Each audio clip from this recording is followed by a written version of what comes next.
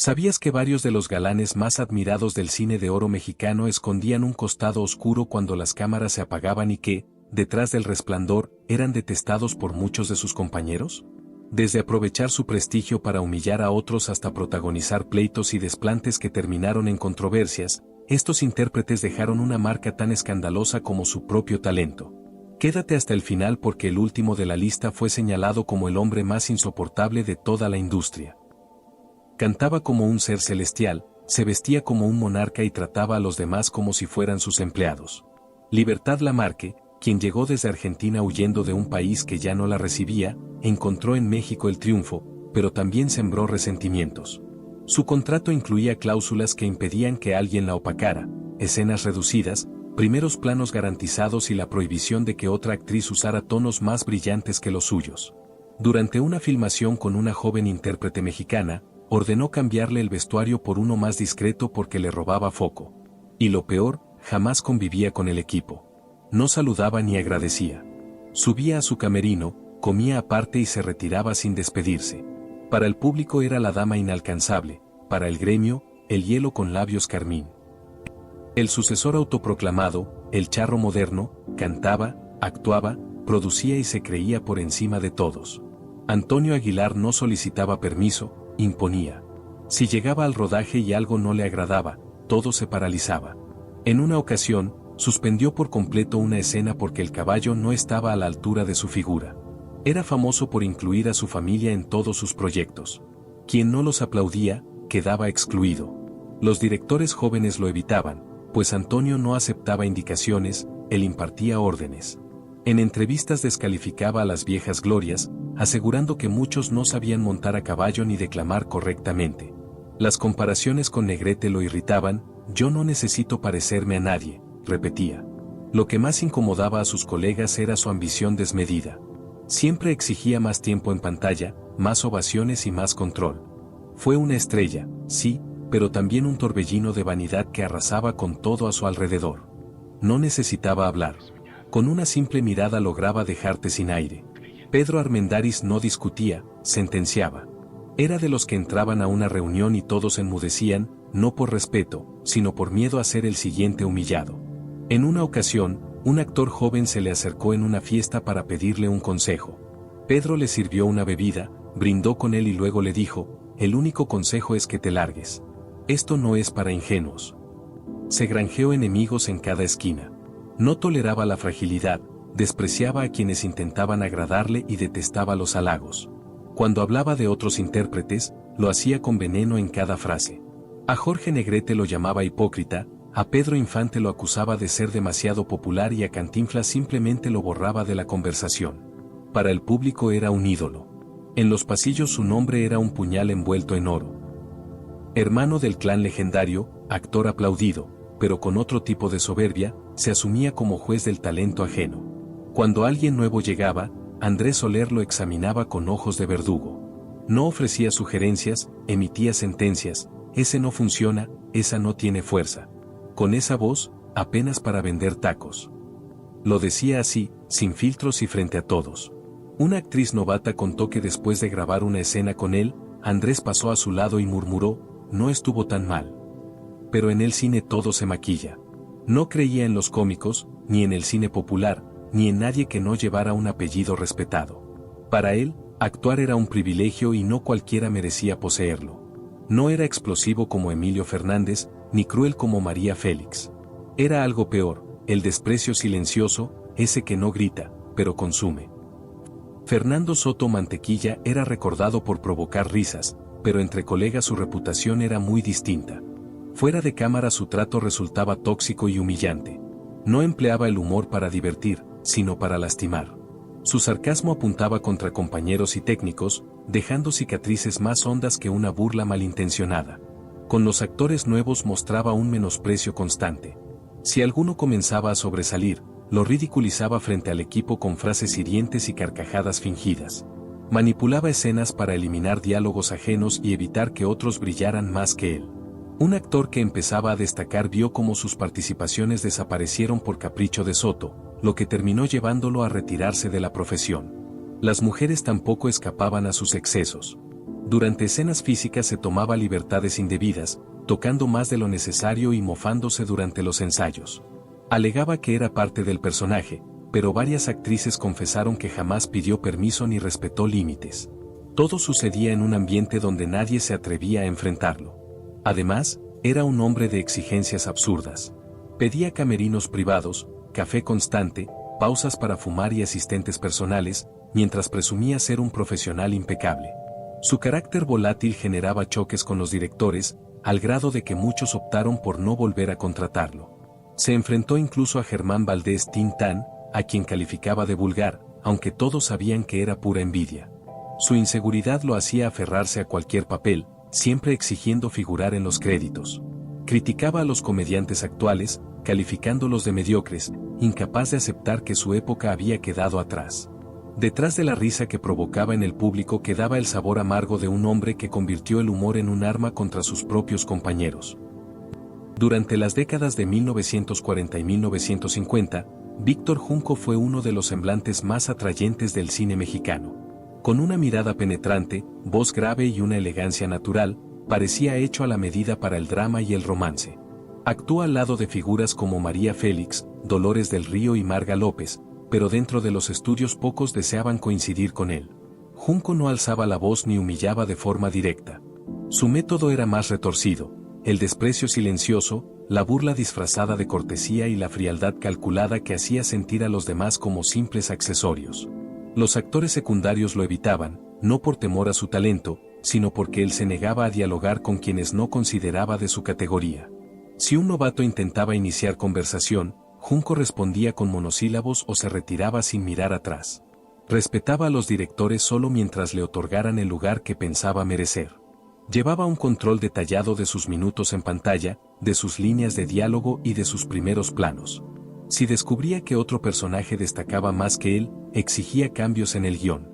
En más de una producción, el libreto fue modificado a mitad del rodaje únicamente para calmar su ego. Con las actrices mantenía una conducta ambigua. Era encantador y atento si le interesaban, pero distante y punzante si rechazaban sus insinuaciones.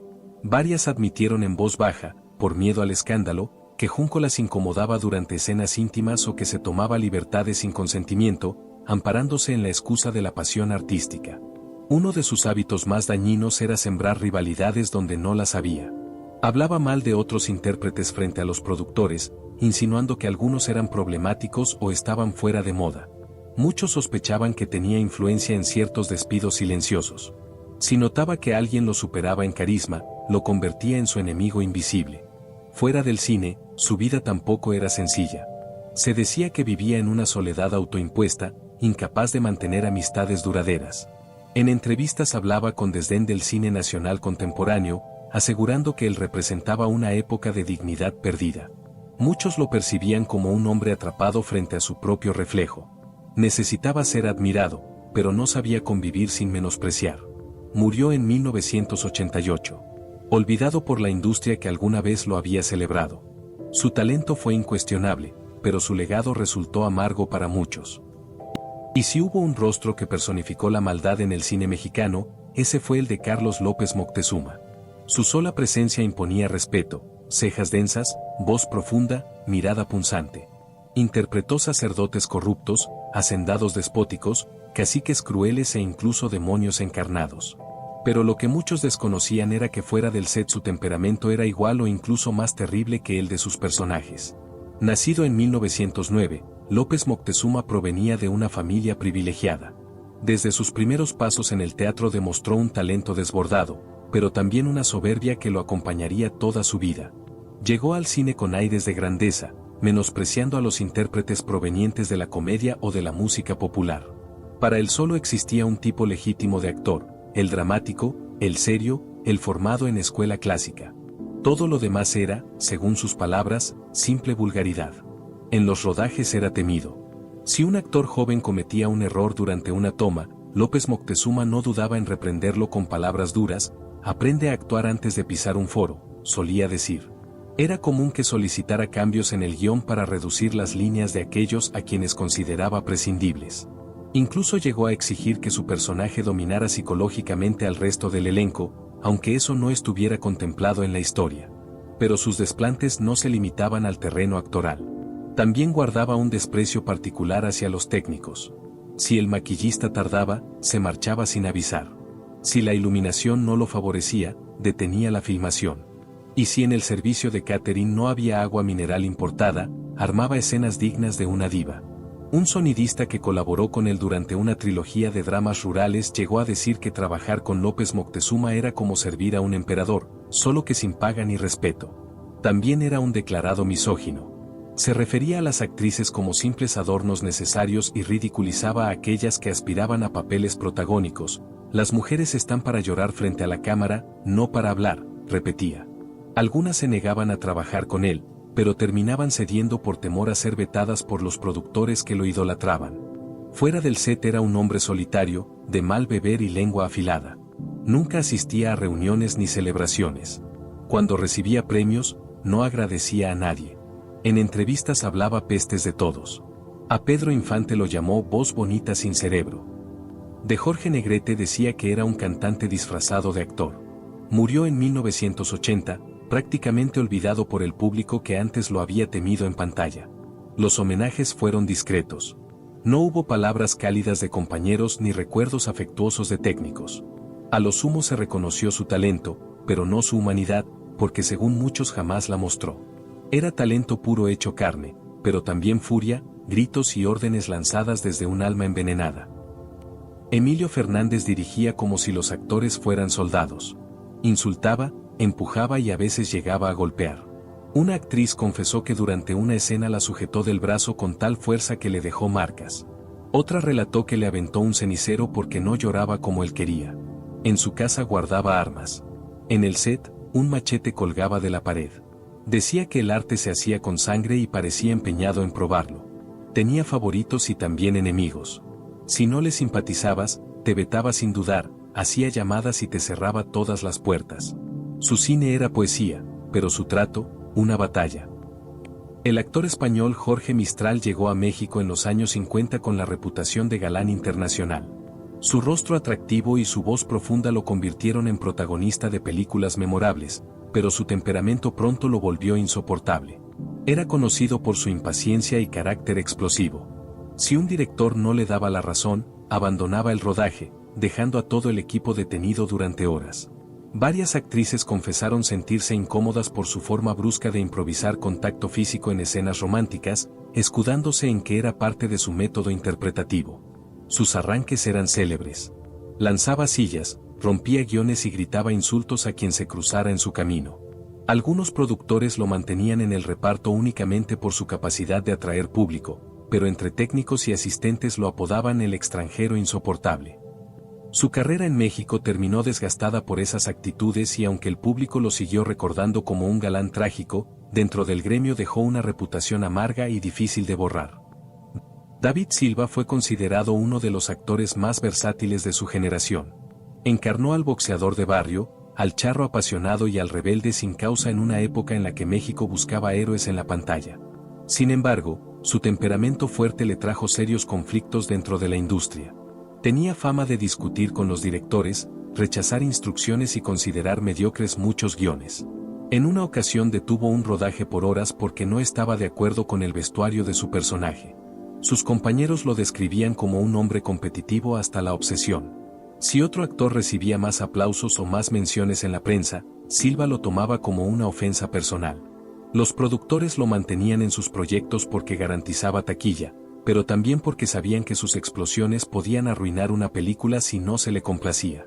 Incluso en entrevistas públicas era mordaz, descalificando a colegas que consideraba vendidos o simples productos de Televisa. Aunque su talento sigue siendo recordado y muchas de sus cintas son vistas como clásicos, su carácter conflictivo dejó una estela de tensiones y enemistades que marcaron tanto su trayectoria como sus triunfos. Poseía una voz profunda y una mirada lúgubre, pero no era solo fachada. David Reynoso tenía un temperamento tan volátil como su paciencia. En una ocasión, durante la lectura de un libreto, pateó una silla y salió vociferando al productor porque no le agradaba cómo estaba construido su rol. Machista, celoso y dominante, no toleraba que una actriz hablara demasiado. Si lo hacía, la ridiculizaba frente a todos. Se decía que tenía prohibido que alguna intérprete usara tacones que la hicieran lucir más alta que él. Lo peor era que disfrutaba provocar. Entraba a los camerinos sin avisar, lanzando comentarios que mezclaban burla y amenaza. Una joven actriz terminó llorando tras el set por una de sus bromas. En pantalla era rudo, fuera de ella una herida abierta con licencia para hablar, y lo hacía siempre con desdén. Aunque era visto como el más serio y talentoso de los hermanos Soler, Domingo también cargaba con una reputación amarga. Dentro de la familia era considerado el intelectual, el que dominaba el teatro y aportaba prestigio al apellido. Pero su trato con los demás era frío y distante. En los rodajes imponía un ambiente solemne. Nadie debía hablar en su presencia si no era estrictamente necesario. Un técnico contó que una vez lo mandó callar con un grito solo porque tosió mientras ensayaba. A los actores jóvenes les decía que jamás alcanzarían su nivel y que muchos no merecían subirse a un escenario. Era perfeccionista hasta el extremo y si sentía que alguien lo eclipsaba, se encargaba de que el guión fuera modificado para restarle protagonismo. Nunca elevaba la voz en entrevistas, ni aparecía envuelto en escándalos, pero tras bambalinas ejercía una especie de dictadura silenciosa. Muchos lo admiraban como un maestro de la actuación, pero pocos lo soportaban como compañero. En la pantalla proyectaba elegancia y respeto, pero fuera de ella su figura inspiraba un temor que lo volvió casi intocable. Ramón Gay fue uno de los galanes más admirados del cine mexicano de los años 40 y 50. Su porte distinguido y su mirada seductora lo convirtieron en protagonista de melodramas y cintas históricas. Pero quienes trabajaron con él aseguraban que detrás de esa imagen encantadora se ocultaba un hombre arrogante e inestable. Era conocido por sus ataques de celos en el set, sobre todo si percibía que otro actor acaparaba la atención femenina. Varias compañeras contaron que podía pasar de la cortesía al desprecio en cuestión de minutos. En una ocasión, durante una pausa de rodaje, insultó a una actriz simplemente porque no se rió de uno de sus chistes. Los técnicos lo recordaban como un hombre quisquilloso que exigía constantes ajustes en la iluminación porque, según él, su rostro no estaba siendo captado adecuadamente por la cámara. También se decía que tenía serios problemas con el alcohol, lo que provocaba que llegara tarde o incluso faltara a los rodajes, ocasionando pérdidas económicas para los productores.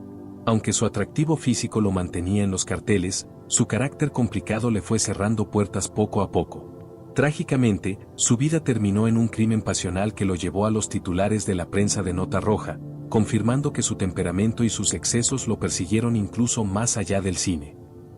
Katy Jurado fue la primera mexicana en conquistar Hollywood, admirada por su mirada intensa y su talento dramático. Sin embargo, en México su fuerte temperamento la convirtió en objeto de temor y críticas. En el set se mostraba distante, altiva y, en ocasiones, cruel. Tenía fama de no soportar a las actrices jóvenes, a quienes despreciaba con comentarios mordaces. Con esa cara no pasas de extra, llegó a decirle a una principiante. Su trato con los directores tampoco era sencillo. Discutía cada indicación y rechazaba cualquier corrección. Algunos colegas afirmaban que llegaba tarde deliberadamente para imponer su autoridad y que si no estaba de acuerdo con el guión, abandonaba la escena a la mitad y se encerraba en su camerino. Aunque en pantalla desbordaba pasión y autenticidad, fuera de ella acumulaba enemistades con facilidad. Para muchos, su talento era indudable, pero su orgullo y temperamento la convirtieron en una de las figuras más temidas de los foros del cine de oro. Rosa de Castilla, la belleza de sonrisa con colmillos ocultos. Era deslumbrante, de voz poderosa, figura inolvidable y una sonrisa que escondía garras. Rosa de Castilla no pedía papeles estelares, los tomaba, y si alguien se interponía en su camino, lo empujaba suavemente directo al abismo. Se decía que logró reemplazar a una actriz ya contratada con una simple llamada nocturna a un productor que le debía favores. Cuando la otra intérprete llegó al set, el guión ya había sido alterado y su personaje reducido a un rol sin diálogo. Las actrices no la soportaban. Aseguraban que les robaba escenas, que se maquillaba durante horas para llegar tarde a propósito y obligarlas a repetir tomas. En una ocasión, dentro del camerino, dejó abierta la regadera con agua caliente para arruinar el vestuario de su compañera. Rosa no creía en la solidaridad femenina, creía en ganar. Y si tenía que pisarte los tacones para lograrlo, no lo advertías hasta que ya estabas fuera del cuadro. Con rostro afable, risa contagiosa y cuerpo robusto, parecía el hombre más amable del cine, hasta que alguien lo contradecía. El Chato Padilla no era actor secundario por falta de capacidad, sino porque no toleraba compartir protagonismo. Si percibía que alguien le robaba una carcajada que consideraba suya, lo borraba del mapa con una frase punzante o una zancadilla disimulada. Durante una filmación, un extra se atrevió a improvisar una línea que provocó risas en el set. El chato lo tomó del hombro, lo llevó detrás del decorado y cuando regresó el chiste ya no existía, ni el extra tampoco. No sentía paciencia ni respeto por los comediantes jóvenes. Decía que no sabían actuar, que solo hacían muecas exageradas, aunque tras bambalinas movía los hilos para que los despidieran o les recortaran escenas. El público lo adoraba por su personaje simpático, pero dentro del gremio su verdadero apodo no era Chato, sino la zancadilla sonriente. La abuela del cine mexicano, con voz poderosa y carácter de acero, Sara García no era cariñosa, era tan dura como pan de ayer. En los rodajes su sola mirada bastaba para silenciar conversaciones enteras.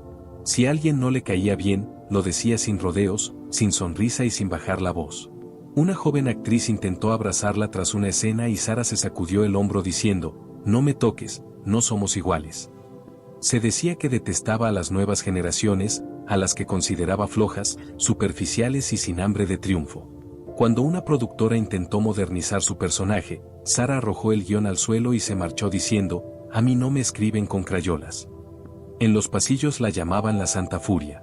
Si alguien quería llorar de verdad en una toma, solo debía equivocarse frente a ella. Fue la abuela de México, sí, pero también la suegra del terror. Era la voz de México, el charro entre charros. Pero lejos del escenario, Jorge Negrete era otro hombre, altivo, clasista y con una lengua tan filosa que podía destrozar con una sola frase. Aseguraba que el cine debía tomarse con solemnidad y despreciaba a quienes no contaban con formación musical o académica. Se burlaba de los comediantes, de los actores de carpa y de quienes habían surgido desde abajo. A Cantinflas lo llamaba ese peladito y a Pedro Infante, el mecánico simpático. Durante una filmación obligó a un actor secundario a repetir una escena 12 veces solo para humillarlo frente a todo el equipo. No era una búsqueda de perfección, era un castigo. Los técnicos afirmaban que el ambiente se volvía pesado en cuanto Negrete pisaba el set. Todos caminaban con cautela, como si un mal espíritu hubiera entrado al foro. El público lo veneraba, pero sus compañeros lo toleraban como se soporta una herida abierta. Detrás de su imagen amable en pantalla, Joaquín Pardavé era un perfeccionista absoluto que no toleraba fallas. Quienes trabajaron con él afirmaban que estaba obsesionado con controlar hasta el más mínimo detalle de sus producciones, incluso las expresiones más pequeñas de sus compañeros. Su carácter durante los ensayos era temido. A los actores novatos los trataba con desdén y si se equivocaban en una línea, los interrumpía a gritos y los obligaba a abandonar el escenario hasta que aprendieran a trabajar con disciplina. No aceptaba improvisaciones ni sugerencias. Cada palabra del libreto debía decirse exactamente como estaba escrita, sin comas añadidas ni pausas distintas. Tenía fama de poseer una memoria prodigiosa y de detectar si alguien cambiaba una sola palabra, incluso por un sinónimo. Varias actrices terminaron llorando por su dureza y solía repetir una frase que se volvió legendaria entre quienes sufrieron su rigor: «En este tren no viajan los lentos». El ambiente en sus rodajes era sofocante. Técnicos y asistentes caminaban con sigilo, conscientes de que un error mínimo, una luz mal colocada, un telón torcido o un detalle fuera de lugar, podía desatar su furia. Se cuenta que abandonó un set durante 3 días solo porque la cámara no captó su mejor ángulo de perfil. Pardavé también era rencoroso. Si alguien lo contradecía, encontraba la manera de eliminarlo de la película. No lo hacía de forma directa. Daba órdenes ambiguas como, «esa parte no fluye, hay que cortarla». Y el resultado era que muchas escenas terminaban recortadas o distorsionadas. Hubo jóvenes actores cuya carrera se extinguió después de colaborar con él, no por falta de talento, sino porque Pardavé los hacía desaparecer en la sala de edición. El patriarca, el caballero admirado, pero también el que decidía quién ascendía y quién se desplomaba dentro de la industria. Fernando Soler tenía poder, conexiones e influencia y lo sabía perfectamente. Si no le agradabas, ni siquiera Televisa podía salvarte. Nunca elevaba la voz, no lo necesitaba. Bastaba con que alzara una ceja para que un director modificara el guión o un actor fuera reemplazado al día siguiente. En una reunión con ejecutivos le preguntaron su opinión sobre un joven intérprete que comenzaba a destacar. Respondió con frialdad: «Muy bien, si se dedicara a la jardinería». Varios actores con gran potencial vieron cómo sus trayectorias se desvanecían únicamente porque Soler no les tenía simpatía. Gobernaba el cine mexicano como si fuera su hacienda, y quien no seguía sus órdenes terminaba sin caballo y sin cámara. Era el galán por excelencia, la voz profunda que hacía suspirar a mujeres en toda Latinoamérica. Arturo de Córdoba tenía fama, talento y los mejores papeles, pero fuera del set se comportaba como si la cámara jamás se apagara. No era de los que reía o compartía un café con el equipo. Se sentaba solo, repasaba sus líneas y no dirigía palabra a nadie que no fuera el director. No porque fuera reservado, sino porque consideraba que debía mantener el aura enigmática de su personaje. Los técnicos lo apodaban en voz baja el actor que nunca se apaga, y no se equivocaban. Cuando se enteró de que Cantinflas planeaba incursionar en el drama, se burló diciendo en una entrevista, ahora quiere ser actor. A Pedro Infante lo veía como un simple carpintero con suerte. Estaba convencido de que la actuación se aprendía en academias europeas, no en los barrios. Se negaba a asistir a fiestas o convivencias con otros artistas y repetía que en el medio solo existían dos tipos de personas, los verdaderos artistas y los que fingían serlo. Muchos creían que hablaba de los demás, pero al final el único que nunca dejó de fingir fue él, el galán que nunca se casaba, el eterno soltero que hacía reír a las mujeres a carcajadas. Mauricio Garcés parecía un hombre encantador, pero detrás de las cámaras detestaba que lo vieran como un simple comediante. Él quería ser Arturo de Córdoba, un actor dramático y respetado, pero el público lo identificaba por sus bromas y frases ingeniosas. Se irritaba cuando la gente le pedía imitar a su personaje, no soy Mauricio Garcés, soy Mauricio Ferejasbeck, respondía con fastidio. Su ego era tan grande que rechazó participar en varias comedias porque consideraba que los guiones eran demasiado cómicos. Despreciaba a los verdaderos humoristas. En más de una ocasión se burló de Tintán y de Resortes, a quienes llamaba payasos sin talento. Era un hombre profundamente solitario, aunque lo negara. Vivía atrapado en la figura del galán de fantasía, aferrado a la fama de un personaje que en realidad aborrecía y que le impidió convertirse en el actor serio que tanto deseaba ser. Miguel Inclán, el villano de rostro tallado en piedra, fue uno de los actores más temidos y respetados del cine mexicano. En pantalla interpretó al cacique despiadado, al criminal implacable, al enemigo que hacía temblar incluso a los héroes más valientes. Pero fuera del set su carácter era tan duro como sus papeles. De voz áspera y mirada cortante, era conocido por su trato seco y su nula tolerancia ante cualquier error. Si un actor joven olvidaba una línea, lo corregía con sarcasmo frente a todos. Si no sabes actuar, vete al mercado a vender piñas. Su presencia imponía disciplina. Nadie se atrevía a bromear en su entorno. Era minucioso con la iluminación, el encuadre y el tono de voz. Exigía que todo girara a su alrededor, convencido de que cada película debía adaptarse a su estilo. Si un director le daba demasiadas indicaciones, las ignoraba. Yo no necesito instrucciones, decía mientras encendía un cigarro. Con las actrices era cortés, pero distante. Nunca coqueteaba, sin embargo, su frialdad resultaba igual de intimidante. Muchos técnicos afirmaban que preferían perder un día de grabación antes que enfrentar su mal humor. Lo más contradictorio era que Inclán despreciaba el mismo cine que lo consagró. Decía que las películas mexicanas se habían vuelto caricaturas y que ya no existían verdaderos actores. En una entrevista llegó a declarar que la mayoría de sus colegas eran rostros bonitos con cerebros vacíos. Esa arrogancia lo aisló poco a poco, aunque él aseguraba que defendía la dignidad del oficio. Murió convencido de que el cine mexicano había muerto antes que él. Para el público fue el villano más auténtico de su tiempo, para sus compañeros, un hombre que confundió respeto con miedo y talento con tiranía. De presencia imponente y voz de trueno, José Elías Moreno fue uno de los pilares del cine de oro mexicano. En pantalla era el padre ejemplar, el campesino noble, el jefe justo. Fuera de cámara, su carácter era tan severo como sus personajes. Nadie se atrevía a contradecirlo. En los rodajes imponía un silencio casi sagrado. Si escuchaba una risa fuera de lugar, golpeaba el piso con su bastón y lanzaba una mirada que congelaba el aire. Los actores jóvenes lo admiraban, pero también lo temían. A uno de ellos lo hizo repetir una escena 20 veces, no porque estuviera mal, sino porque le faltaba alma. Era perfeccionista hasta la crueldad. Decía que el cine debía hacerse con disciplina militar y trataba a todos como soldados bajo su mando. No permitía bromas, distracciones ni improvisaciones. En una ocasión, Un director intentó suavizar el tono de una escena y Moreno lo interrumpió diciendo, el drama no se negocia, se impone. Su autoridad era tal que muchas veces los directores cedían ante sus caprichos, modificando el guión para satisfacer su visión. Sin embargo, detrás de ese rigor se escondía una inmensa inseguridad. Temía envejecer, temía quedar fuera, temía no ser recordado. Con las actrices era respetuoso, pero distante. No creía en las estrellas jóvenes ni en los nuevos métodos de actuación, la técnica mata la verdad, repetía con amargura. Algunos lo consideraban un genio atormentado, otros un tirano con piel de artista. Al final, su legado quedó dividido.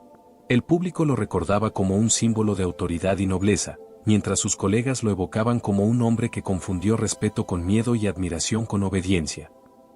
Marga López, la mujer de rostro dulce y voz pausada, era conocida por su talento natural y su capacidad para conmover al público sin esfuerzo. Pero detrás de esa imagen de ternura se ocultaba una personalidad intensa, perfeccionista y en ocasiones implacable. No soportaba la mediocridad ni el descuido en los rodajes. Si una actriz se equivocaba en una línea, Marga no esperaba al director para corregirla, lo hacía ella misma con tono severo y una sonrisa apenas disfrazada. Decía que el cine no era un juego, sino una guerra donde solo sobrevivían los verdaderos artistas. Su trato con los técnicos era distante. Si algo fallaba en la iluminación o el sonido, detenía la filmación y exigía repetir la escena desde el inicio, sin importar el agotamiento del equipo. Algunos decían que llorar frente a Marga era inútil, porque no mostraba compasión alguna. Sin embargo, su mayor debilidad era el protagonismo. No toleraba ser secundaria. Si su papel no tenía suficiente peso, pedía reescrituras o abandonaba el proyecto. En una producción llegó a negarse a filmar hasta que eliminaran a otra actriz del elenco. Con los galanes del momento mantenía una relación ambigua. Podía ser encantadora o letal según el trato que recibiera. A Pedro Infante lo admiraba, pero a Jorge Negrete lo despreciaba abiertamente por su vanidad de charro. Por su vanidad de charro. Algunos directores afirmaban que Marga tenía una mirada capaz de congelar el ánimo de cualquiera y que, tras esa dulzura en pantalla, se escondía un espíritu feroz decidido a no dejarse pisotear. Para el público fue la mujer más sensible del cine mexicano, para sus colegas, una fuerza de carácter que no perdonaba ni el más mínimo error. Rodolfo Acosta, el villano de mirada cortante y voz ronca, fue uno de los actores más temidos del cine mexicano. En la pantalla era la encarnación del rencor, el traidor que todos odiaban, pero fuera de ella su carácter era igual de intimidante. Tenía fama de ser impredecible, brusco y explosivo. Si algo no le agradaba en el set, no lo discutía, lo gritaba. Los técnicos lo temían porque bastaba que una lámpara parpadeara para que arrojara su sombrero al piso y exigiera repetir la toma. No confiaba en nadie. Decía que todos querían aprovecharse de su nombre y con los años desarrolló una paranoia que lo alejaba incluso de sus amigos. En más de una ocasión insultó a directores que intentaban corregirlo, recordándoles que él sabía actuar sin ayuda de nadie. Con las actrices era ambiguo, a unas las trataba con cortesía exagerada, a otras con desprecio absoluto. Hubo quien juró que podía pasar de la calma al insulto en cuestión de segundos. Su comportamiento errático lo llevó a ser vetado en varios estudios, aunque siempre encontraba quien lo contratara, porque su sola presencia garantizaba intensidad y realismo. En Hollywood trabajó en decenas de películas, pero tampoco logró escapar de su reputación. Un productor estadounidense lo describió como un volcán vestido de charro. Al final de su vida, cuando los papeles escaseaban, Rodolfo aseguraba que el cine se había vuelto cobarde. Murió solo, convencido de que todos lo habían traicionado. Para el público fue el villano perfecto, para quienes lo conocieron, un hombre que confundió rudeza con respeto y terminó devorado por su propio temperamento. El llamado gallo giro del cine mexicano tenía voz firme, sonrisa encantadora y una seguridad que rozaba la arrogancia. Luis Aguilar conquistó la pantalla con su estilo bravío y su presencia magnética, pero detrás del sombrero y el carisma se ocultaba un carácter que pocos toleraban. Era impulsivo, orgulloso y extremadamente competitivo. Si alguien osaba opacarlo en una escena, hacía lo imposible por recuperar el protagonismo, aunque eso implicara modificar el guión o repetir tomas hasta el hartazgo.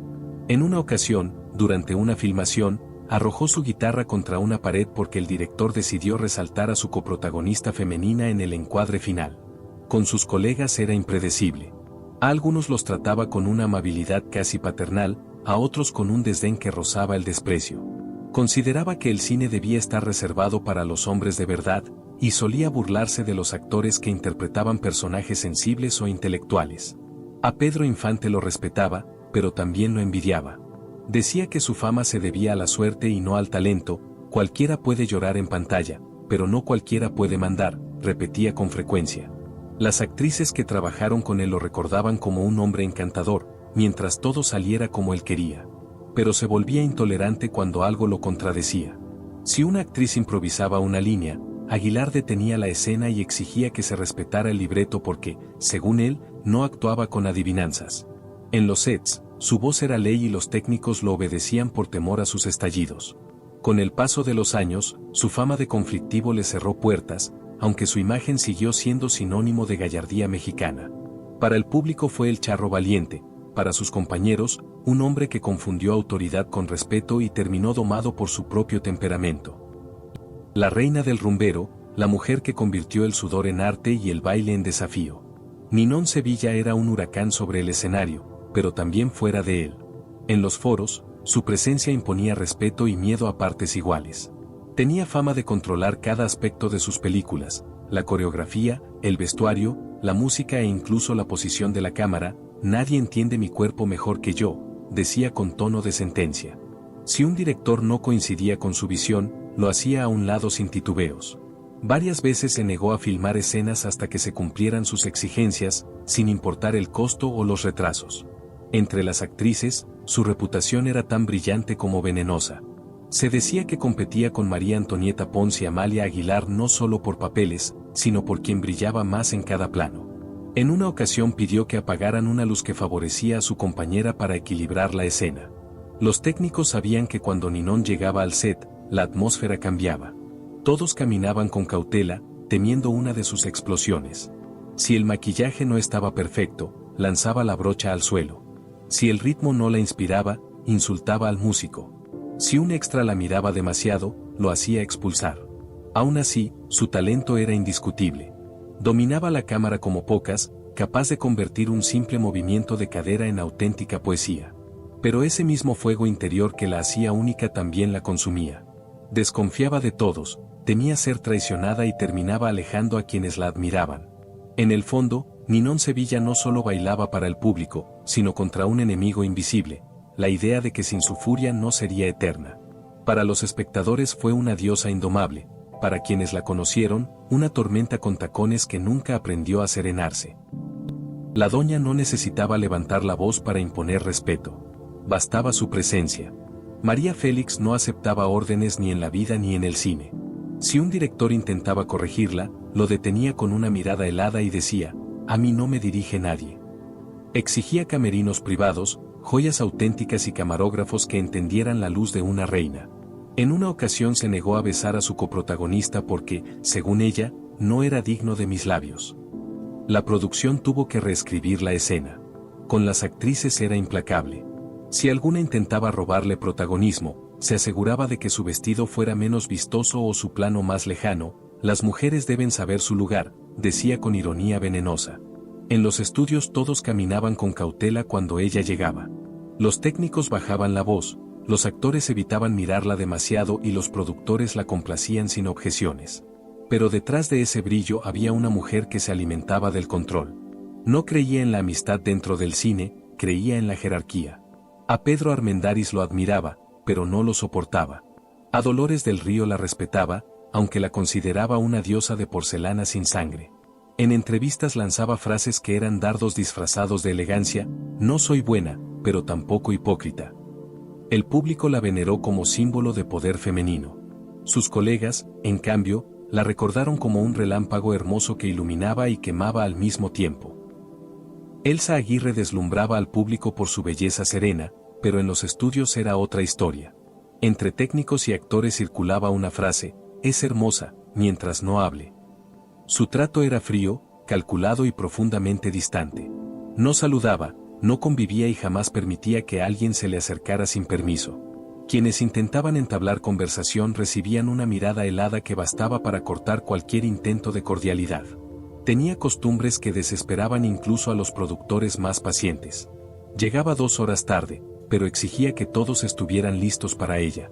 Ordenaba apagar luces, cambiar cortinas o ajustar ventiladores porque, según decía, distraían su energía. Si una actriz joven destacaba demasiado, Elsa pedía modificar el vestuario o el peinado para que no llamara la atención. Una vez, al ver que una compañera lucía un vestido más favorecedor, ordenó cambiarlo por uno menos ruidoso, como si la moda debiera girar en torno a su estado de ánimo. En el set, sus exigencias eran interminables. No permitía que repitieran una escena si no se sentía armoniosa, pero solo ella decidía qué significaba armonía. Detenía la grabación para volver a aplicar perfume, ajustar un mechón o revisar su sombra en el piso. Los directores sabían que contradecirla era perder el día entero. Una simple sugerencia bastaba para que cerrara el libreto y declarara que la inspiración se había roto. Con los galanes era cortés, pero humillante. Si alguno improvisaba una línea, ella los corregía como si fueran principiantes. Con los técnicos era peor, exigía silencio absoluto, y si escuchaba un susurro, golpeaba el piso con el tacón y señalaba al culpable para que lo retiraran. El público la veía como una diosa, sus compañeros, como una tormenta silenciosa que hacía del perfeccionismo un arma y de la belleza un reino donde solo ella mandaba. Dolores del Río era la elegancia absoluta, la silueta perfecta, el mito vivo que cruzó el océano para conquistar Hollywood y luego México. Pero detrás de su porte impecable existían hábitos que helaban el ánimo de cualquiera. Nunca perdía la compostura, porque nunca permitía que nadie se acercara lo suficiente para verla fallar. Exigía que su silla estuviera a una distancia exacta del set, ni un centímetro más, ni uno menos. Y si alguien osaba moverla, ordenaba detener todo hasta que recuperara la armonía del espacio. Su trato con las actrices era gélido. No aceptaba que ninguna estuviera demasiado arreglada. Si percibía un peinado que amenazaba opacarla, pedía ajustarlo por estética, aunque todos sabían que era por jerarquía. Una joven intérprete recordó que Dolores la miró de arriba abajo y sentenció: «La cámara no tolera el exceso, querida, y tú eres exceso». La producción tardó semanas en convencerla de volver a hablar. Con los técnicos era aún peor. No soportaba que alguien atravesara su campo visual mientras memorizaba líneas. Si lo hacían, cerraba los ojos, respiraba profundo y anunciaba que ya no podía trabajar ese día. Se marchaba dejando un silencio incómodo y un foro vacío. Decía que el cine era un templo y que ella era su sacerdotisa, y lo cumplía con disciplina casi religiosa. Jamás comía con el equipo, no tocaba objetos ajenos y prohibía que alguien la viera maquillarse. Los directores la respetaban o la temían. Dolores rechazaba correcciones sutiles con una frase que se volvió célebre: «No actúo, interpreto». Si una escena no le gustaba, simplemente no la hacía. Si un encuadre no la favorecía, exigía repetirlo sin importar el costo. Para el público era un sueño en movimiento, para quienes trabajaron con ella, una reina que exigía reverencias incluso cuando nadie estaba mirando. Era perfección, sí, pero también distancia, control y una frialdad envolvente que convertía cualquier rodaje en un palacio helado donde solo una voz, la de ella, tenía permiso de existir. María Antonieta Pons, la rumbera que electrificaba la pantalla con cada giro de cadera, tenía una energía arrolladora y un temperamento que arrasaba con cualquiera que se acercara demasiado. Era una tormenta tropical vestida de lentejuelas. Quienes trabajaban con ella sabían que no soportaba ser segunda opción en nada, ni en vestuario, ni en maquillaje, ni en ritmo, ni en atención. Si una actriz aparecía con un peinado más elaborado, Pons ordenaba deshacerlo por coherencia estética, aunque todos reconocían el verdadero motivo: celos escénicos. Tenía la costumbre de ensayar sola, a puerta cerrada, y prohibía que alguien observara sus prácticas. Decía que no quería miradas que contaminaran su energía, pero en realidad temía que copiaran sus movimientos. Una vez descubrió que una bailarina extra imitaba un paso suyo y la hizo expulsar del foro. No importaba que fuera solo un figurante, Pons no toleraba imitadoras. Sus desplantes eran tan famosos como sus cintas. Si el director pedía más sutileza, ella respondía: «El público no paga por sutileza, paga por mí». Durante una filmación, interrumpió la toma para exigir que cambiaran el color de un telón porque, según dijo, absorbía su luz como un vampiro. La producción se retrasó 3 días por ese capricho. Y cuando un camarógrafo la filmó desde un ángulo que no favorecía su perfil, Pons se acercó y le susurró: «Si me vuelves a ver desde abajo, te despiden desde arriba». Con los galanes era cordial, pero distante. No permitía familiaridades y evitaba el contacto fuera de escena. Decía que la admiración debía quedarse en el set, no en la vida real. Sin embargo, si un actor llegaba a recibir más aplausos durante un preestreno, María Antonieta se encerraba en su camerino durante horas para recalibrar su centro. A los técnicos los trataba con un perfeccionismo implacable. Si una luz parpadeaba, si un vestuario tenía un hilo suelto, si la música no coincidía exactamente con su tempo, detenía todo sin aviso. No vine a improvisar, sentenciaba con acento cubano endurecido por el tiempo. Muchos evitaban colaborar con ella no por falta de respeto, sino por miedo a convertirse en el blanco de su impaciencia. El público la idolatró como una diosa del baile. Entre colegas, en cambio, la recordaron como un huracán hermoso que dejaba brillo y ruinas. Era talento puro, sí, pero también una voluntad feroz que exigía un reino donde solo ella pudiera reinar. Actor, cantante y productor, Antonio Badú poseía un talento indiscutible y precisamente por eso no toleraba la competencia. A Pedro Infante y a Jorge Negrete los veía como rivales, aunque para ellos Badú era solo un compañero más. Si un director le mencionaba que un actor joven tenía potencial, Badú se encargaba de que lo despidieran. Aquí no hay espacio para principiantes, solía decir. Se cuenta que fue él quien supuestamente recomendó a un productor no contratar a Javier Solís cuando éste apenas iniciaba su carrera. Lo que más irritaba a sus colegas era su arrogancia. Cuando alguien le reconocía un buen desempeño, él respondía con frialdad: es lo mínimo que se puede esperar de mí. No creía en la suerte, solo en el talento. Pero al observar la forma en que trataba a los demás, quedaba claro que lo que realmente le importaba no era su trayectoria, sino asegurarse de que a los otros no les fuera tan bien como a él. Y como estas, existieron muchas más rivalidades, desplantes y secretos que el cine de oro prefirió mantener ocultos detrás del brillo y la fama. Así que suscríbete y no te pierdas los próximos.